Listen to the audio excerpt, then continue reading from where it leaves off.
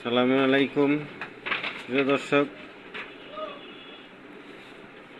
আমি মিশুকের একটা কন্ট্রোলার নিয়ে আসলাম। এই কন্ট্রোলার সম্পর্কে আজকে কিছু কথা বলবো, কিছু তথ্য দেওয়ার চেষ্টা করব। যারা এই কাজগুলো করেন, এই তথ্যটা আমি শুধু তাদের জন্যই দিব। মিশুকের কন্ট্রোলারের এই আইজিবি, এই মসফেট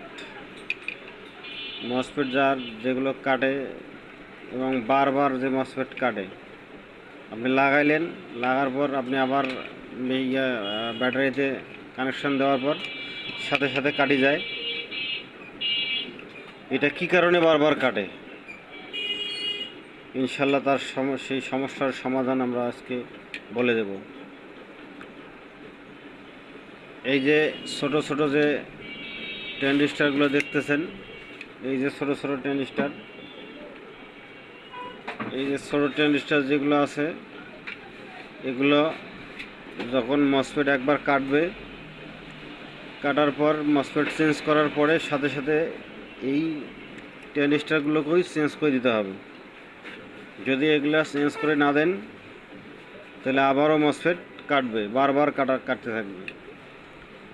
তাই যারা এগুলো নিয়ে কাজ করেন, তারা এই যে ছোটো ছোটো অ্যাসেম্বলি ট্রানজিস্টার যেগুলো আছে, ছোটো ট্রানজিস্টার, সেই সাথে ছোটো রেজিস্টার, এগুলো চেঞ্জ করে দেবেন। এবং যখন মাপ দেবেন, এই সাইড দিয়ে যখন মাপ দেবেন, মাপটা একুরেট থাকতে হবে। তিনোটা প্যানেলের মাপ একুরেট থাকতে হবে।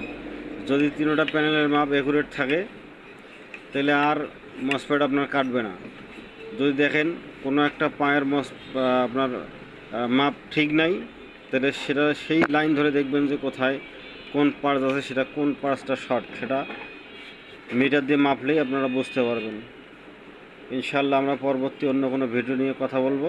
সে পর্যন্ত আপনারা আমার ভিডিওটা দেখতে থাকুন এবং যারা লাইক, কমেন্ট, শেয়ার, যদি কারো কোনো কিছু বলার থাকে কমেন্টে আমাকে জানাবেন, আমি সেটার সমাধান দেওয়ার চেষ্টা করবো ইনশাল্লাহ। ধন্যবাদ।